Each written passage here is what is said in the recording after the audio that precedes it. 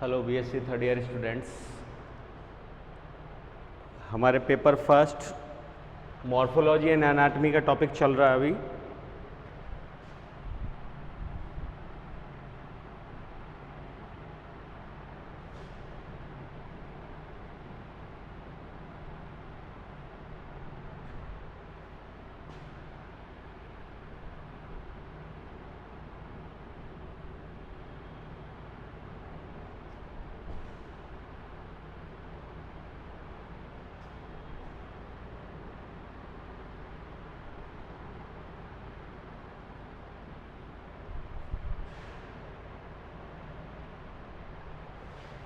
इसमें जो हमारा टॉपिक चल रहा है अभी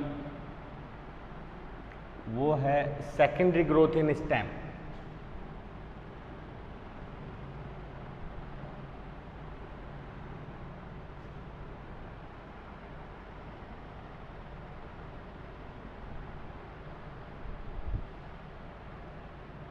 सेकेंडरी ग्रोथ इन स्टेम्स। इस टॉपिक में हम थोड़ा सा यहाँ पे आपको क्लियरफाई कर चुके हैं कि सेकेंडरी ग्रोथ एक्चुअली में होती कैसे है। तो सेकेंडरी ग्रोथ हम इसलिए कहते हैं क्योंकि प्राइमरी जो डिफरेंशिएशन एंड डिवीजन होता है शूट एपेक्स के अंदर, उसकी वजह से वहाँ पे प्राइमरी टिश्यूज बनते हैं। ठीक है, और प्राइमरी टिश्यूज की हम बात करें तो वो हमारे पास में कौन कौन से हो गए? बाहर की तरफ डर्मल सिस्टम, ठीक है, बीच में ग्राउंड टिश्यू सिस्टम, और अंदर की तरफ जो हो गया वो हो गया हमारे वेस्कुलर सिस्टम। तो ग्राउंड टिश्यू सिस्टम में तो हमने पूरा कॉर्टेक्स, डर्मल सिस्टम में तो एपिडर्मिस हो ही गया, ग्राउंड टिश्यू सिस्टम में हमारे पास पूरा कॉर्टेक्स हो गया, हाइपोडर्मिस, क्या बोलते हैं, मिडिल कॉर्टेक्स एंड एंडोडर्मिस। उसके बाद पेरिसाइकल्स हो गया, मेडुलरी रेज हो गया और पिथ हो गया, ये सारे हमारे ग्राउंड टिश्यूज में आ गए। उसके बाद हमारे आता है वेस्कुलर सिस्टम। तो वेस्कुलर सिस्टम में हो गया xylem tissues and phloem tissues. ये कंप्लीट जो टिश्यूज हैं ये अपने आप में काफ़ी हैं और एक पादप के जीवन चक्र को पूर्ण करने में सक्षम होते हैं। इनको तो हमने नाम दिया था प्राइमरी टिश्यूज, परंतु पेरिनियल बहुवर्षीयता के आधार पर अगर हम कहें तो प्रत्येक वर्ष इन्हें नई शाखाओं, पत्तियों की आवश्यकता पड़ेगी, पादप के ग्रोथ की जरूरत पड़ेगी क्योंकि ज़्यादा मात्रा में इनको एब्जॉर्प्शन चाहिए, प्लस रिप्रोडक्शन की जरूरत पड़ेगी। तो ऐसे में इनको प्रति वर्ष नई कोशिकाओं की जरूरत पड़ेगी जो कि डिफ्रेंशिएट होगी ऑर्गन्स में, और वो ऑर्गन्स करेंगे ये सारे के सारे कार्य। तो ऐसे में प्राइमरी के बाद दोबारा कोशिकाओं का बनना, अर्थात उनका विभाजन होना और उनका विभेदन होना पर्टिकुलर कोशिकाओं में, मतलब परमानेंट टिश्यूज में, उसको हम बोल रहे थे सेकेंडरी। और वो सेकेंडरी जो है वो कैसे हो सकता है? इस वजह से कि प्राइमरी जो कैम्बियम, जो मैथमेटिक सेल्स थी, उन्होंने कुछ कोशिकाओं को सेकेंडरी लेयर पे स्टोर कर रखा है। उनको हम बोल रहे हैं प्राइमरी वेस्कुलर सिस्टम बनाया किसने? प्रोकैम्बियम ने। बाद में किसके द्वारा बनेगा? कैम्बियम। तो यहाँ पे इनकी उत्पत्ति के आधार पे हमने कैम्बियम को दो भागों में बांट दिया। पहला तो हमारा पॉइंट था कैम्बियम, ठीक है, और इस कैम्बियम को भी हम पूरा नाम क्या देंगे? Vascular cambium. Vascular cambium. एक पॉइंट तो हमारा ये था जो कि दो भागों से मिलके बनी हुई है। किस किस से? वेसिक्युलर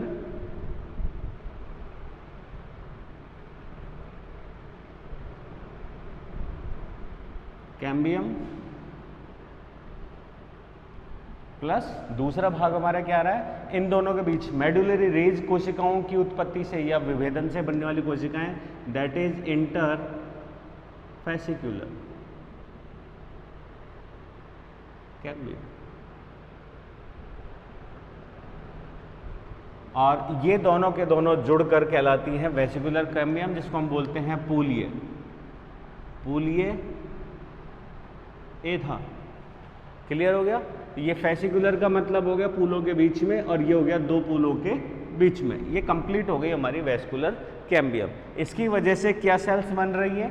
इसकी वजह से हमारे बाहर या सेंट्रीफ्यूगल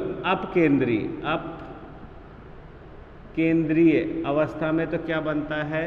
सेकेंडरी फ्लोएम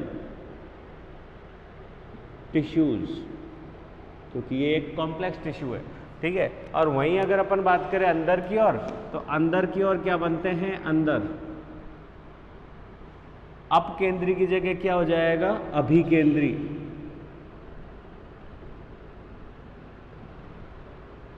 केंद्र की, और सेंट्रीपिटल, तो सेंट्रीपिटल में बनता है सेकेंडरी जाइलम।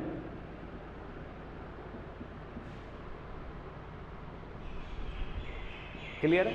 ये हो गया, तो ये कंप्लीट है यहाँ पे। तो इस तरीके से अगर हम आगे बढ़े तो कैम्बियम ने दो प्रकार के टिश्यूज को डिफरेंशिएट कर दिया। अब यहीं इनकी जो मेडुलरी रेंज है वो कंप्लीट करती है आपके उनके क्या बोलते हैं ग्राउंड टिश्यू सब्सटेंस को, और ये यहाँ पे बनाती है पिथ, मेडुलरी रेंज एंड पेरिसाइकल्स, और बाहर की तरफ जो है वल्कुट की लेयर्स तक। वहीं एक और वेस्कुलर बंडल, ये सॉरी कैम्बियम है, जो कि यहाँ पे डिनोट की गई है, दैट इज कॉर्क कैम्बियम।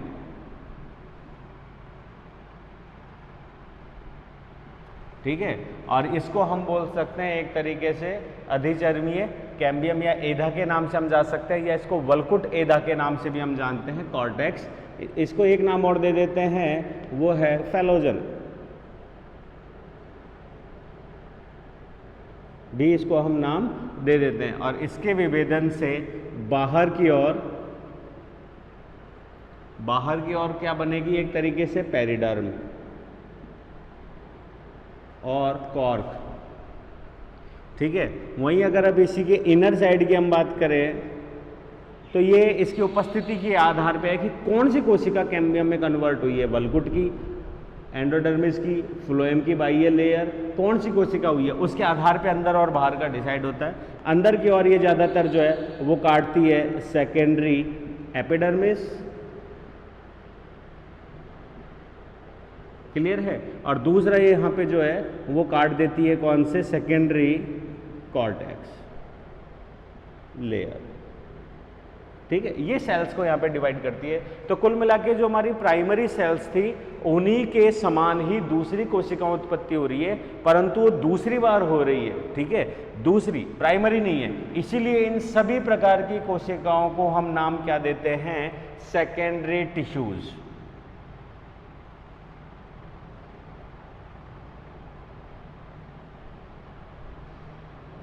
इनको हम नाम क्या देते हैं, सेकेंडरी टिश्यूज नाम देते हैं, और इस प्रकार की ग्रोथ को हम कहते हैं सेकेंडरी ग्रोथ। ये हम पिछली क्लास में कंप्लीटली डिटेल में इसको पढ़ चुके हैं, ये कंप्लीट हो गया।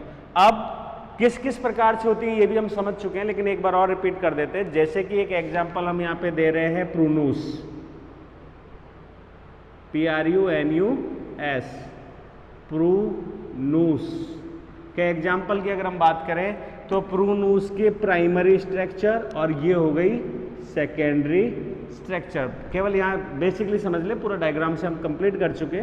तो प्रूनूस की अगर हम बात करें तो मैं केवल और केवल एंडोडर्मिस बना रहा हूँ, पूरी सेल नहीं बना रहा हूँ। और प्रूनूस के अंदर जो वेस्कुलर टिश्यूज हैं वो बहुत ही एक दूसरे से क्या है, कॉम्पैक्टली चिपके हुए हैं। प्राइमरी बंडल्स जो है वो क्या है, चिपके हुए हैं, और ये हो गई उनकी cambium ring, vascular cambium ring. ठीक है, वहीं एक एग्जाम्पल हम ले लेते हैं सनफ्लावर में, उसमें भी वेस्कुलर बंडल्स हैं, लेकिन वेस्कुलर बंडल्स जो है कॉम्पैक्ट हैं, परंतु उनके बीच में क्या है, अवकाश है।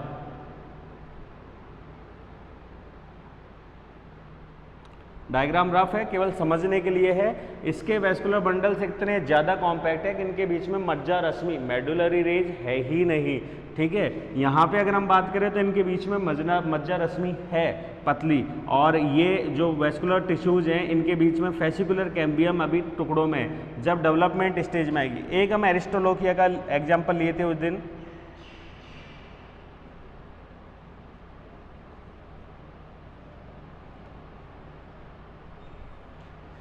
एरिस्टोलोकिया की अगर हम बात कर रहे हैं तो एरिस्टोलोकिया के अंदर क्या देखने को मिल रहा है, प्राइमरी स्टेज पे उसमें स्पष्ट वेस्कुलर बंडल्स हैं और उनके बीच में गैप है, जिसकी वजह से उनमें क्या बन रही है, मेडुलरी रेंज जो है वो क्या है, बड़ी। मेडुलरी रेंज क्या है उनकी, बड़ी।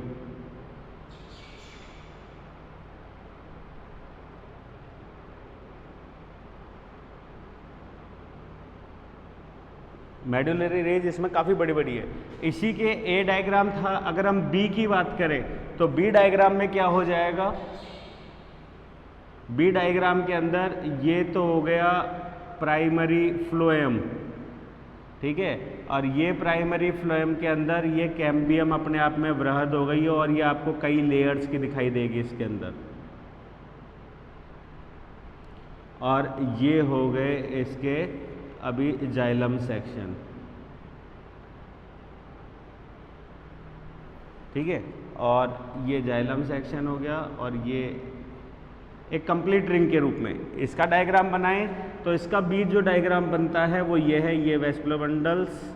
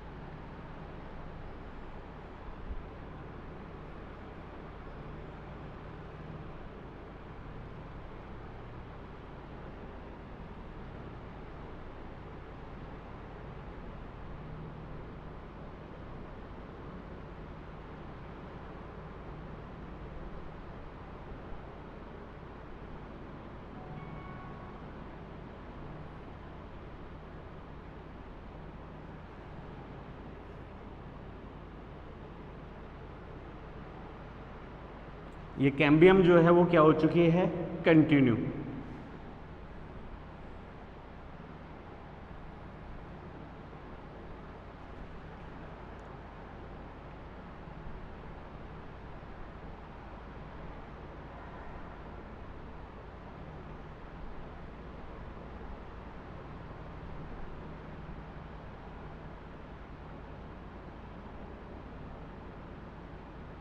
इसमें भी क्या हो चुकी है, कंप्लीट रिंग के रूप में। नेक्स्ट डायग्राम में अगर अपन देखें तो ये आकार बढ़ेगा, आकार बढ़ेगा तो ये तो अब अपवाद स्वरूप रिसेसिव हो गए हैं सेकेंडरी फ्लोएम, और जो वेस्कुलर टिश्यूज है उनकी एक क्या बन चुकी है, कंटिन्यूअस रिंग। पहले भी एक रिंग के रूप में ही दिख रहे थे, अब एक कंप्लीट रिंग के रूप में यहाँ पे दिख रहे हैं, और ये बन चुका है प्राइमरी फ्लोएम, प्राइमरी फ्लोएम। और ये कंप्लीट हो गया सेकेंडरी, वो सेकेंडरी जाइलम, और ये प्राइमरी जाइलम के अवशेषी भाग है, ठीक है। और ये कैम्बियम जो है वो वापस क्या हो चुकी है, इसमें आ चुकी। ये डॉट डॉट डॉट से हम साइव ट्यूब्स के रूप में समझा देते हैं, और ये हो गया लाइंस के रूप में ट्रैकेट्स एंड वेसल्स। तो एक सिंपल डायग्राम के रूप में ये हो गए प्राइमरी फ्लोएम, ये हो गया सेकेंडरी फ्लोएम, ठीक है। पीएच मतलब फ्लोएम।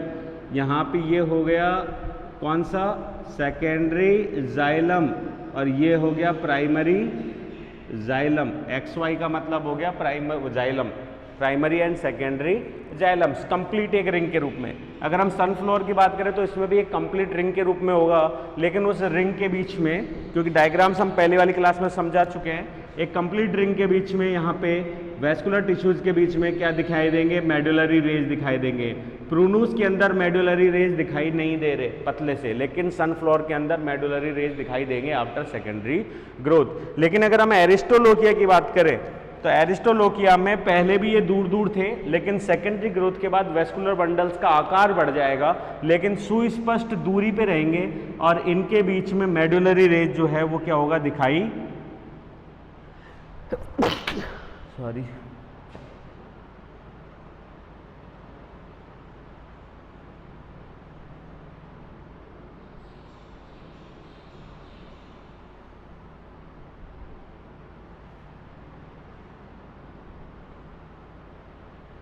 ठीक है, ये हो गया।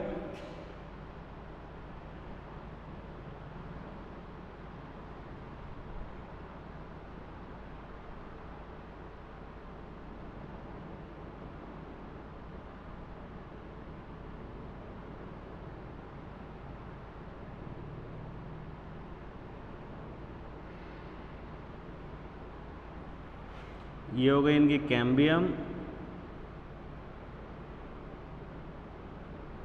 सुस्पष्ट दूरी पे केवल फैसिकुलर दिखाई दे रही है, इंटरफैसिकुलर नहीं दिखाई दे रही है। और ये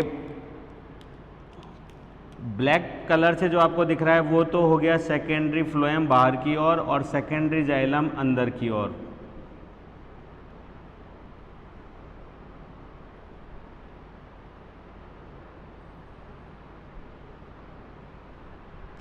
ठीक है, और ये अवशेषी पर्पल कलर से जो मैं आपको दिखा रहा हूँ ये हो गया प्राइमरी जाइलम, जो कि एक अवशेषी कोशिकाओं के रूप में चपटी एक तरीके से अब फ्लोएम स्क्लेरेन काइमा बनाने का कार्य कर रही है। और ये अंदर की तरफ जो है ये ब्लू कलर में जो दिख रहा है डार्क, वो हो गया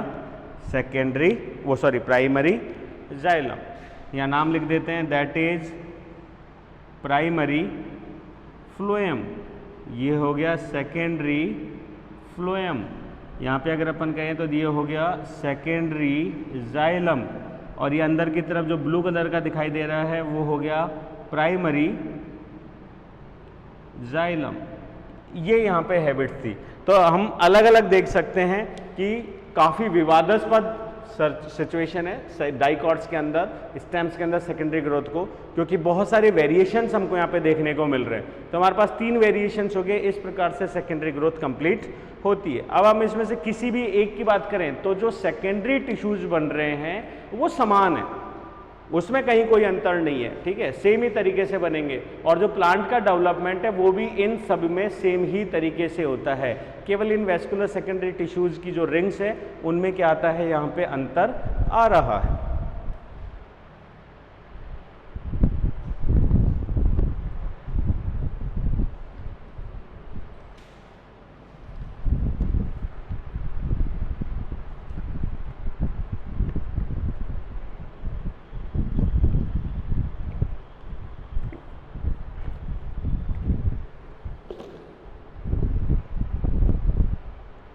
ठीक है, अब सेकेंडरी ग्रोथ की तरफ चलते हैं। इसको रेलेंट देते हैं, यहीं पे लिख देते हैं।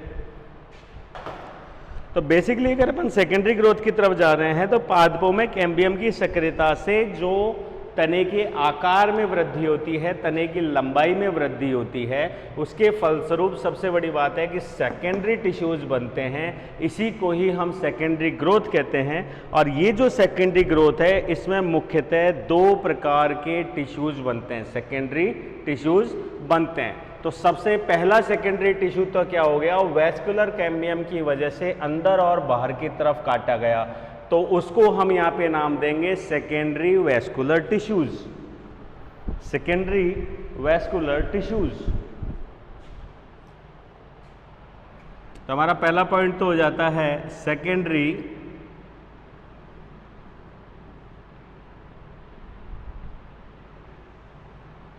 Vascular tissues.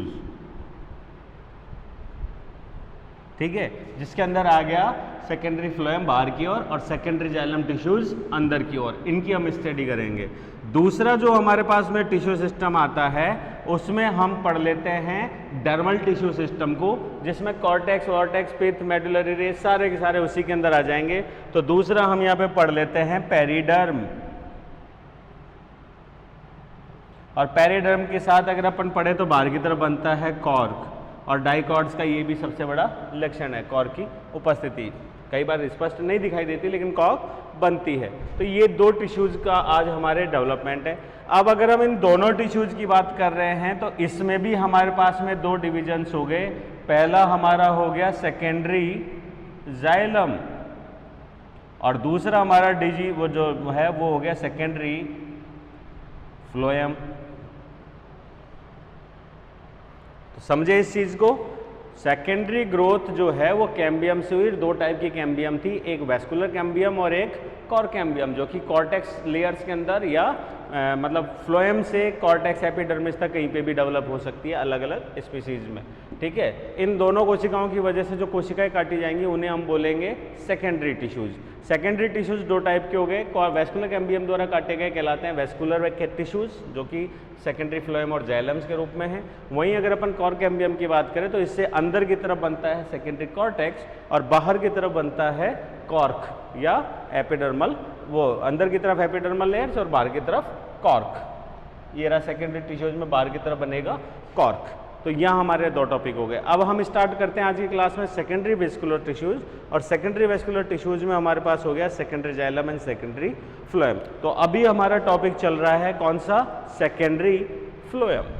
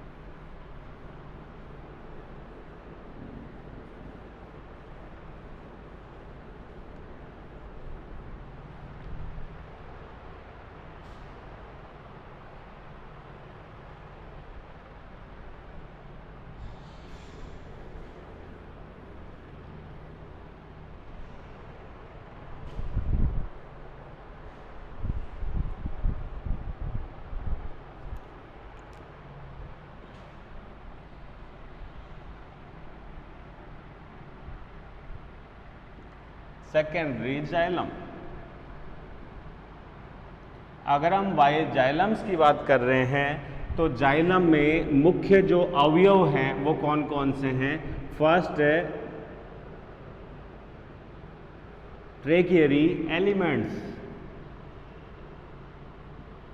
वाहिकीय तत्व, और इन वाहिकीय तत्वों की हम बात करें तो इसके अंदर है वेसल्स और इसके अंदर है ट्रैकेट्स। वाहिकाएं,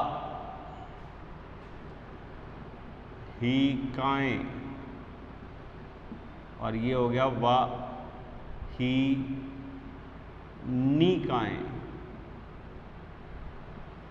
ठीक है। सेकेंड हमारे पास आ जाता है जाइलम फाइबर्स।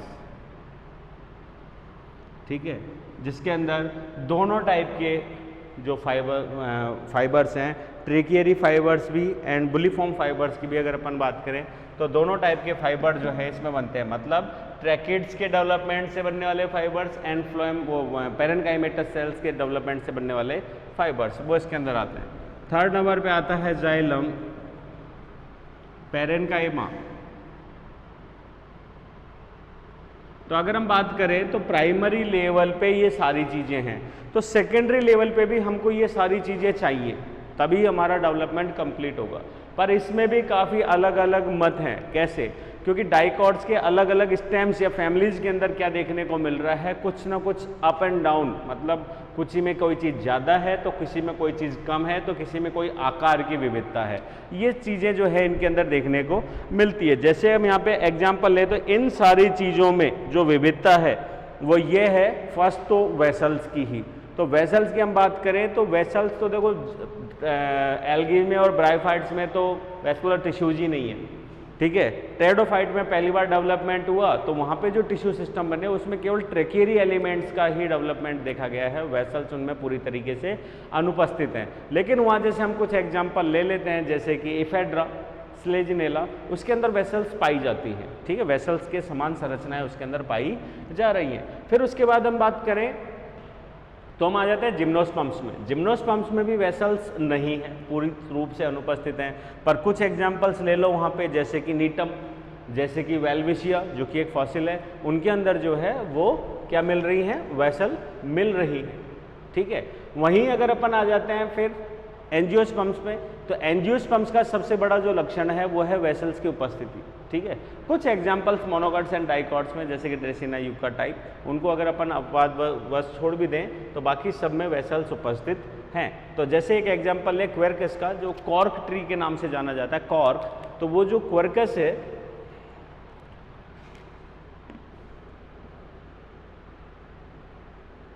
क्वेर्कस, कॉर्क ट्री जिसको हम बोलते हैं, कॉर्क, ठीक है। तो क्वेर्कस की हम बात करें तो क्वेर्कस में ये चारों के चारों एलिमेंट्स हैं, क्लियर है। यहां तक कि उसमें जो जाइलम फाइबर्स हैं वो ट्रेकियरी फाइबर्स की उसके अंदर संख्या और ज्यादा है, ज्यादा रूप में मिल रहा है, मतलब फाइबर से ज्यादा है। वहीं एग्जाम्पल हम यहाँ पे ले लेते हैं, जैसे कि कुकुरबिटेसी, वो कुकुरबिटेसी नहीं, क्या बोलते हैं, कैक्टेसी।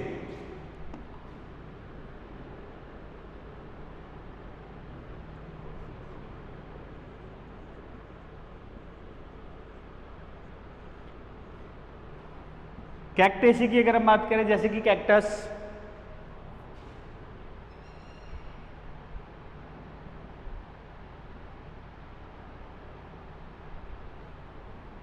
कैक्टेसी की हम बात कर रहे हैं, तो कैक्टेसी में क्या आ रहा है, कैक्टेसी में वेसल्स हैं, ट्रैकेट्स हैं, पेरेन्काइमा है। लेकिन कैक्टेसी की अगर हम बात करें तो उसके अंदर जाइलम फाइबर्स जो है उनकी अनुपस्थिति देखी गई है, अनुपस्थिति उसके अंदर सेकेंडरी ग्रोथ में नहीं पाई जाती, ठीक है। उसके अलावा उसके अंदर मेडुलरी रेंज जो है वो कम, बहुत ज़्यादा विकसित नहीं है, पतली स्ट्रिप्स के रूप में या कम जो है उसके अंदर पाई जाती है। तो ये कुछ अलग अलग स्पीसीज या अलग अलग प्रकार के जो पादप है उनके तनों के अडेप्टेशंस हैं, उनके अंदर ये सारी चीज़ें। सेकेंडरी लेवल पे हम बात करें तो जैसे वाहिनिकाएं हैं, तो प्राइमरी और सेकेंडरी की अगर हम बात कर रहे हैं तो सेकेंडरी लेवल पे वाहिकाओं की आकार जो है वो कम हो जाता है। प्राइमरी जो होती हैं वो लंबी और ज़्यादा वो होती हैं, क्या बोलते हैं, लंबी, और लेकिन संख्या में कम। सेकेंडरी की हम बात कर रहे हैं तो वाहिकाएं या वाहिनिकाएं दोनों की दोनों जो हैं वो कैसी होती हैं, आकार में छोटी होती है तुलनात्मक, परंतु संख्या में बहुत ज़्यादा होती हैं, और उनकी संख्या में बढ़ने की वजह से ही पादप का आकार बढ़ता है। तो ये जो पादप का आकार है ये दो डायरेक्शंस में बढ़ेगा, पादप का जो आकार है वो दो आकार में बढ़ेगा। तो हम इस सेकेंडरी जाइलम सिस्टम को भी दो ही तंत्रों में पढ़ेंगे। फर्स्ट जो डेवलपमेंट है वो होता है एक्सियल, ठीक है। इस एक्सियल को हम लॉन्गिट्यूडनल भी बोल सकते हैं,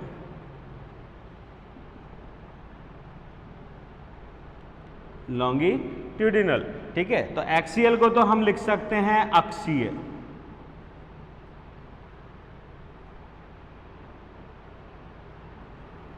क्लियर है। और लॉन्गिट्यूडनल को हम बोल सकते हैं अनुदैर्ध्य, अनुदैर्ध्य,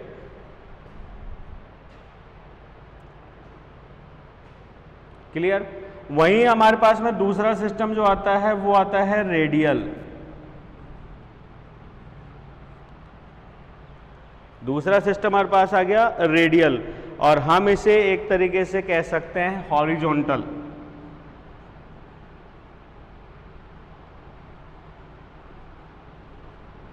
हॉरिजॉन्टल, ठीक है। इसको हम लिख सकते हैं हिंदी में अरीय,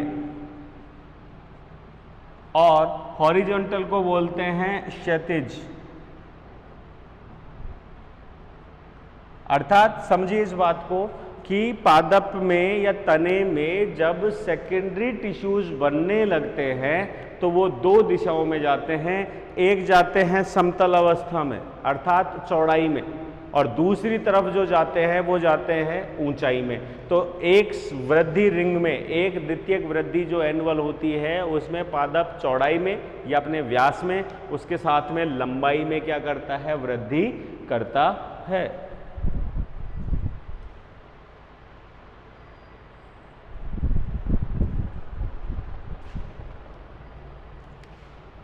तो एक्सियल सिस्टम अक्ष या पादप अक्ष के समानांतर, और इसकी अगर हम बात करें तो ये पादप या तने में किधर, साइड की ओर, अरीय, लेटरल, अरीय दिशा में।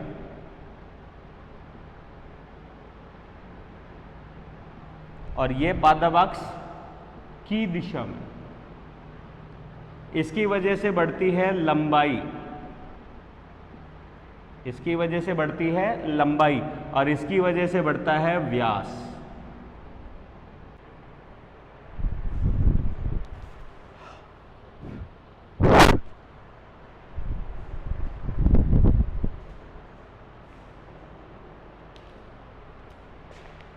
तो अभी हम यहाँ पे क्लास में क्या डिस्कस करेंगे, एक्सियल या लॉन्गिट्यूडल जो है वो टिश्यू सिस्टम या जाइलम सिस्टम को।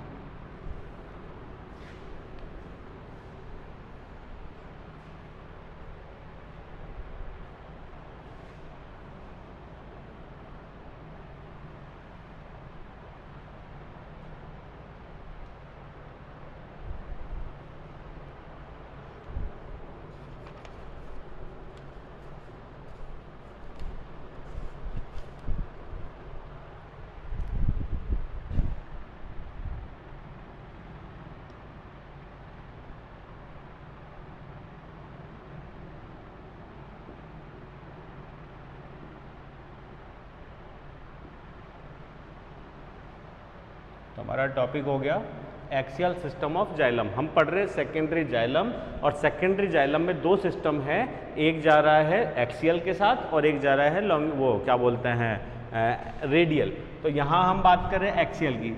एक्सियल सिस्टम की हम बात करें तो इसमें भी जो तंत्र में संरचनाएं बनती हैं वो कौन कौन सी हैं, वो हैं ट्रेकियरी एलिमेंट्स, दूसरा जाइलम, क्या बोलते हैं, फाइबर्स, थर्ड वन की अगर हम बात करें तो जाइलम, पैरेन्काइमा। ठीक है, फर्स्ट हम बात करें ट्रेकियरी एलिमेंट्स, और ट्रेकियरी एलिमेंट्स में हम वेसल्स, और वेसल्स के लिए मैं बता चुका हूं कि कुछ के अंदर हैं और कुछ में नहीं है। लेकिन सामान्यतः अगर अपन कहें प्राइमरी संरचना,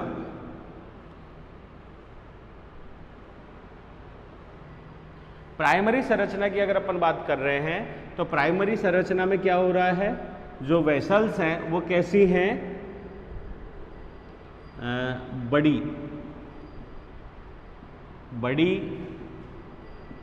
मोटी भित्ति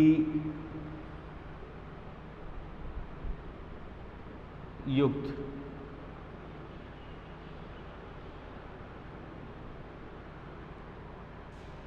मोटी भित्ति युक्त, प्लस अगर अपन बात करें तो उनकी जो गुहा है ल्यूमन वो कैसी होगी, छोटी। वहीं अगर अपन सेकेंडरी की बात कर रहे हैं तो सेकेंडरी में तुलनात्मक कैसी होगी, छोटी।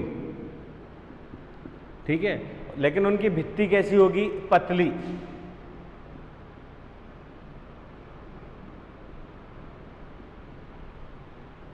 पतली भित्ति युक्त, और गुहा उनकी कैसी होगी, ल्यूमेन, बड़ी। आकार में कैसी दिखाई देंगी, बड़ी दिखाई देंगी। वहीं अगर अपन ट्रैकेट्स की बात करें तो ट्रैकेट्स जो हैं वो आकार में छोटी होती हैं, ठीक है, किन की तुलना में, वेसल्स की तुलना में, और इनकी जो भित्ति होती है वो पतली, और इनके अंदर जो पोरेशन है वो कौन से होते हैं, सिंपल पोर्स। और इनमें जो स्थूलन है प्राइमरी अवस्था की अगर अपन बात करें तो इनमें स्थूलन मिलता है स्केलरिफॉर्म, सीढ़ीनुमा।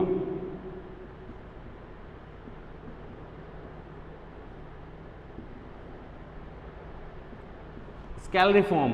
दूसरा इसके अंदर मिलता है रेटिकुलेट, जालिका वत।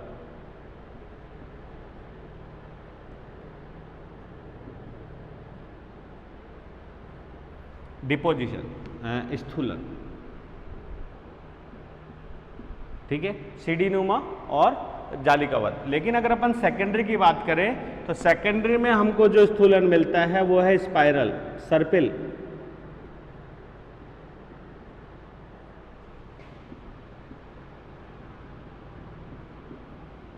सर्कुलर, वलयाकार।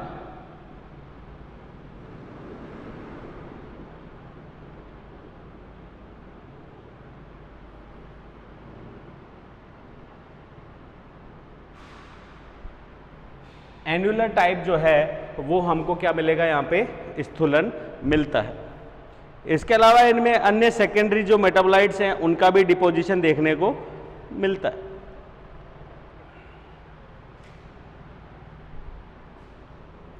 पिट कौन से बताए थे? सरल, सिंपल पिट। ठीक है, पिटेड का मतलब गर्त। यहां अगर अपन बात करें तो हमको सिंपल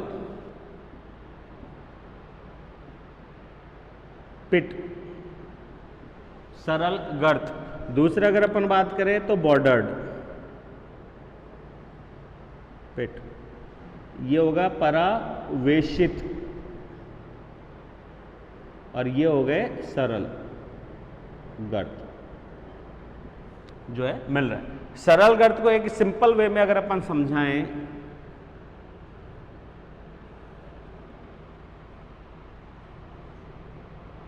सरल गर्त के अंदर इस तरीके के डायग्राम्स हम समझा सकते हैं। तो यहां पे एक डायग्रामेटिकली मैं कहूं तो ये हो गई एक भित्ति, ये हो गई दूसरी कोशिका की भित्ति, ठीक है, और इन दोनों के अंदर ये बीच का मार्जिन, मिडिल लेवला। तो इसमें ऊपर का व्यास और अंदर का जो व्यास है वो बिल्कुल क्या है? सेम। डायामीटर क्या है? सेम। तो ऊपर से नीचे तक एक पाइपलाइन के समान है जो एक ही व्यास के छिद्र के रूप में हमको दिखाई दे रहा है, और ये जो है वो आंतरिक डिपोजिशन की वजह से, स्थूलन के कारण जो है बनते हैं। तो इस वजह से हम इसको बोलते हैं सिंपल, सेम, सिंपल पिट या गर्त। दूसरे में क्या होता है? एक्स्ट्रा डिपोजिशन के कारण जो डिपोजिशन है वो इन मार्जिन्स पे, जो वलय बनी है उसके मार्जिन्स, किनारों के ऊपर हो जाता है, जिसकी वजह से इनके किनारे कैसे हो जाते हैं? फूलने लगते हैं।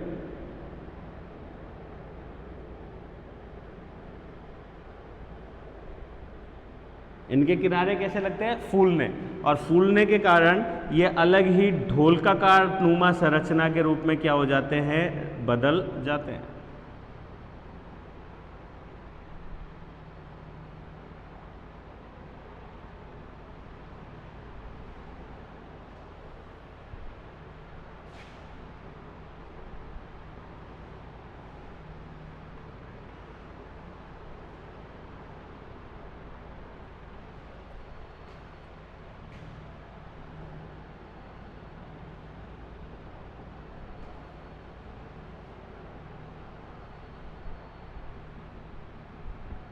और इसके बीच की जो झिल्ली होती है वो एक फूली हुई संरचना के रूप में डेवलप हो जाती है डिपोजिशन के कारण।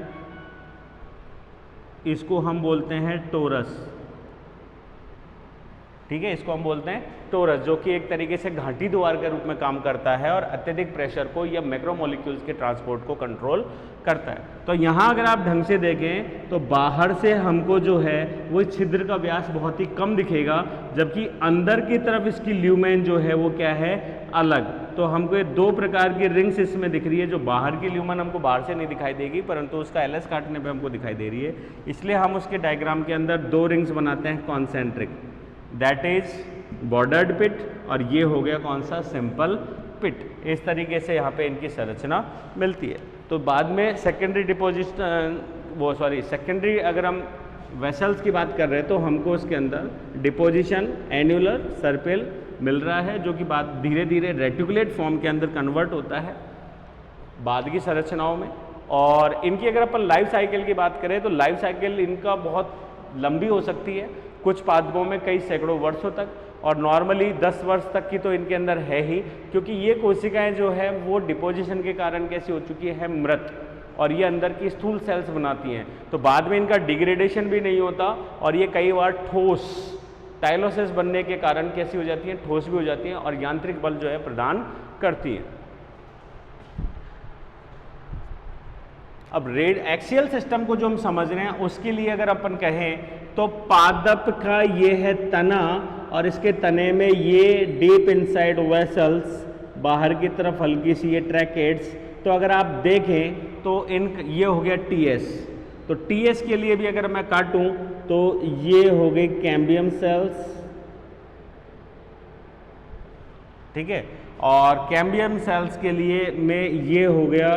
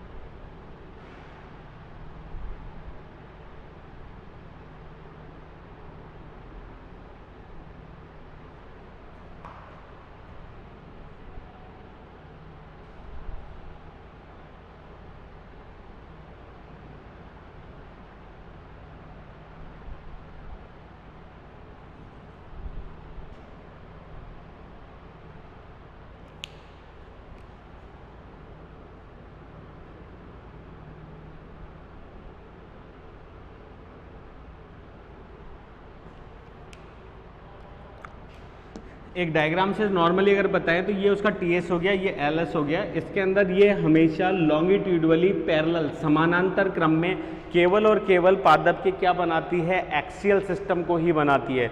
ये कभी भी यूं नहीं जाती, हाँ यूं एक ही दिशा में जाती है जब नोडल रीजन के ऊपर इसको क्या बनाने होते हैं, लीफ ट्रेसेस। लेकिन वो भी उस ब्रांच के केंद्र में होके जाती है, मतलब ब्रांच के पैरेलल जाती है, कभी भी रेडियल स्टेज को नहीं बनाती है। ठीक है, तो ये लीफ ट्रेसेस में जरूर सेंट्रल से थोड़ा एक्सियल की तरफ जाती है, उसके अतिरिक्त ये वहाँ पे पाई नहीं जाती। ऐसे में अगर अपन इस जगह से एक सेक्शन काटें तो हमको कई बार ऐसा लगता है जैसे कि एक सर्कुलर फॉर्म में अगर हम टीएस बनाएं तो ये तो हो गया एंडोडर्म और एंडोडर्म के वेस्कुलर बंडल्स, और ये संरचना जो है वो हमें कई बार क्या लगती है, कॉर्टिकल बंडल्स के रूप में दिखाई देती है, जो एक्चुअली में उस नोड पे निकलने वाले लीफ ट्रेसेज के रूप में।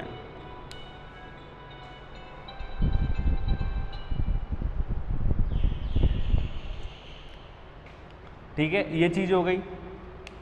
दूसरा आता है जाइलम फाइबर। जाइलम फाइबर जो है वो ट्रिकेरी फाइबर्स के रूप में ही होते हैं, और इन्हीं वाहिकाओं, क्योंकि इनकी आकार जो है वाहिकाओं वेसल्स की तुलना में क्या होती है, पतली होती है लेकिन लंबी होती हैं, और धीरे धीरे कालांतर में डिपोजिशन के सापेक्ष ये क्या हो जाते हैं, एक तरीके से फाइबर्स के रूप में डेवलप हो जाते हैं, जो कि इन ट्रैकिड्स के और वेसल्स के बीच बीच में ही यहाँ पे उपस्थित होती हैं। ठीक है, तो ऐसे में ये ल्यूमेन युक्त या ल्यूमेन रहित या खोखली भी हो सकती है और ठोस भी हो सकती हैं, और ज़्यादातर ये यांत्रिक आलंबन के रूप में होती हैं। तो वेसल्स, ट्रैकेट्स एंड फाइबर जो है वो एक्सियल सिस्टम में पैरेलली होते हैं, एक दूसरे के समानांतर होते हैं। ये कभी भी क्या बोलते हैं, रेडियल सिस्टम को जो है डेवलप नहीं करते। हाँ, एक चीज़ है कि यहाँ पे अगर अपन एक कोशिका में विभाजन कर रहे हैं, ठीक है, कैम्बियम के सापेक्ष, तो विभाजन के फलस्वरूप इस विभाजन की वजह से जो है वो दो पार्श्व कोशिकाएं बनती हैं, और इस विभाजन के फलस्वरूप ऊपर और नीचे अधो और अधि कोशिकाएं बनती हैं।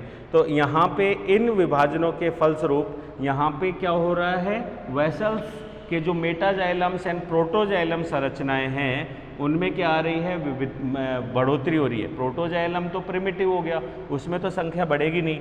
मेटाजाइलम जो है उसकी संख्या बढ़ने की वजह से इनकी संख्या क्या हो जाती है, बढ़ जाती है। छोटी बड़ी गुहा युक्त, पतली वित्ती, यहाँ लिखा नहीं, प्राइमरी के लिए हम लिखेंगे आकार में बड़ी होती है परंतु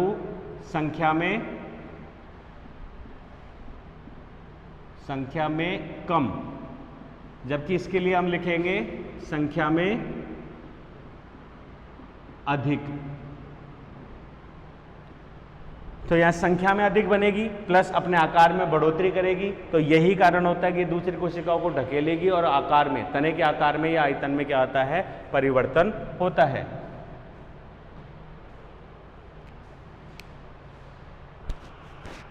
उस कमरे में भी ऐसा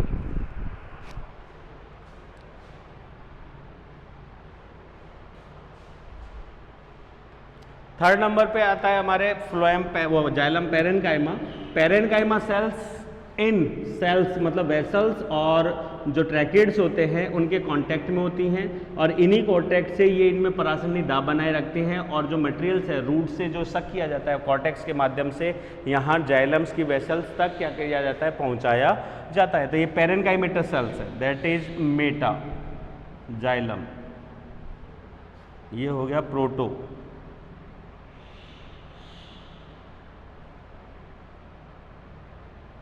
जाइलम। ये अगर अपन कहें तो यहाँ पे लिख देता हूँ इनिशियल सेकेंडरी वेसल में इसका डेवलपमेंट हो रहा है, और ये आपको दिख रहा होगा ये सारी की सारी मोटी भित्ति युक्त हैं, जबकि ये अभी राउंड इन शेप है और एकल पतली भित्ति युक्त है। पतली भित्ति युक्त, पतली भित्ति युक्त होती है। ठीक है, तो ये सारी टिश्यूज जो हैं वो कैसे हो गए, एक्सियल डायरेक्शन में। लेकिन पेरेनकाइमा की अगर हम बात करें तो इस टीएस के अंदर भी देखिए और एलएस में भी ये इनके साथ में पेरेनकाइमेटस सेल्स हैं। ठीक है, ये पेरेनकाइमेटस सेल्स अगर अपन देखें तो ये अंदर की ओर पित्त की तरफ भी जा रहे हैं और बाहर की ओर कॉर्टेक्स की तरफ भी क्या कर रहे हैं, जुड़ रहे हैं। प्लस यहाँ पे अगर अपन देख पा रहे हैं तो वैस्कुलर बंडल्स के बीच में दीर्घित चपटी कोशिकाओं का एक समूह है पेरेनकाइमेटस सेल्स का, जिन्हें हम बोलते हैं मेडुलरी रेज। ये भी वही सेल्स हैं। तो ये जो पेरेनकाइमा है, xylem, xylem parenchyma,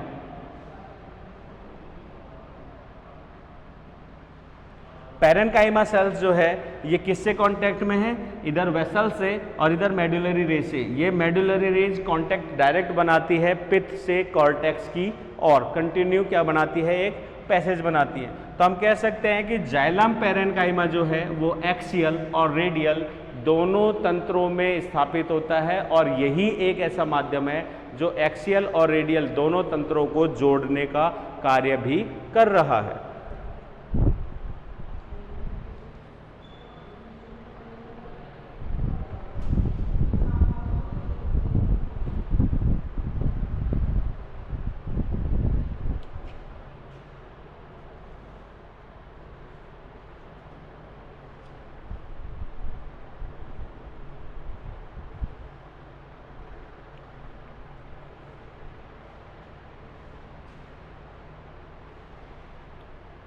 tracheal elements and fibre जो हैं वो सेकेंडरी डेवलपमेंट में क्या हो रहा है? दो चीज़ें हो रही है एक्सियल और रेडियल में।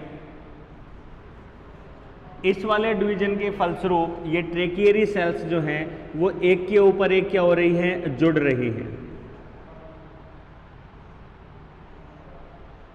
ठीक है, एक के ऊपर एक जुड़कर ये एक लंबी संरचना के रूप में यहाँ पे व्यक्त है।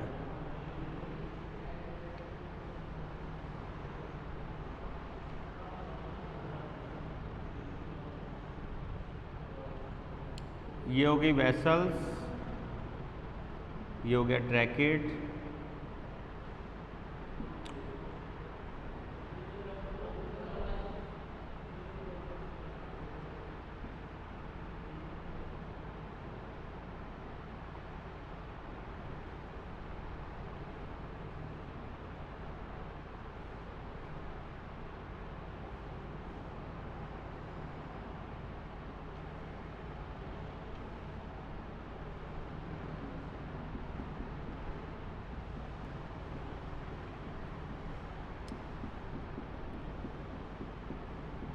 ये हो गया पेरेनकाइमा, या इनको हम सहायक कोशिका भी कह सकते हैं जाइलम की।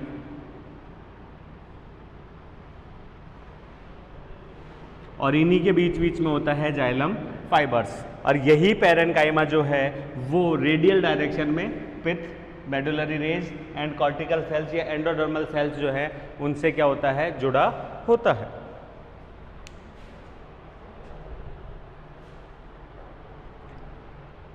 यहाँ पे वेसल्स के जो अरेंजमेंट और उनका विन्यास है उसके आधार पर हम वुड को 3 भागों में बांटते हैं। मिटा देता हूं इसको।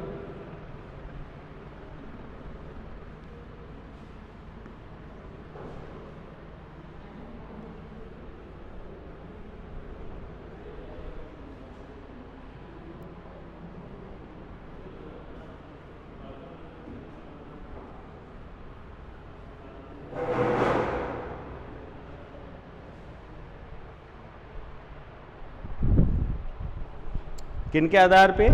वेसल्स के अरेंजमेंट, ठीक है, उनके विन्यास के आधार पे।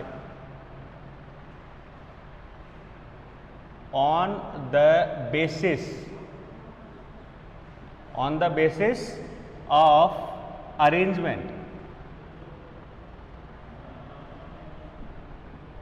ऑफ वेसल्स,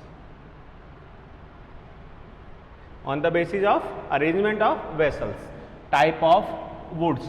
तो हम यहाँ पे 3 टाइप की वुड्स का जिक्र कर सकते हैं। फर्स्ट वुड की अगर अपन बात करें that is non porous.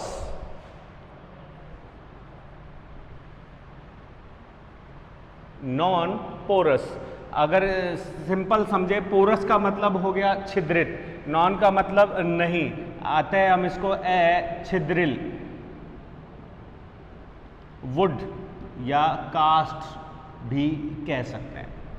Second हम यहां पे दे सकते हैं डिफ्यूज पोरस।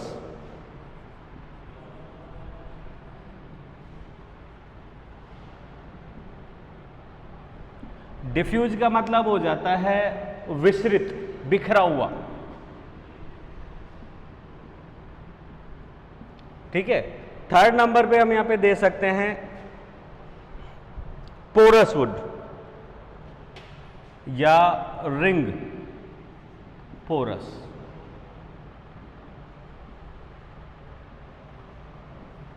रिंग पोरस को हम कहें तो रिंग का मतलब हो गया वलय और पोरस का मतलब हो गया छिद्रित, दैट इज छिद्रिल वुड, ठीक है। ये 3 टाइप की वुड जो है हमने जाइलम्स या ट्रेकिरिया एलिमेंट्स के विन्यास के आधार पे डिवाइड किए।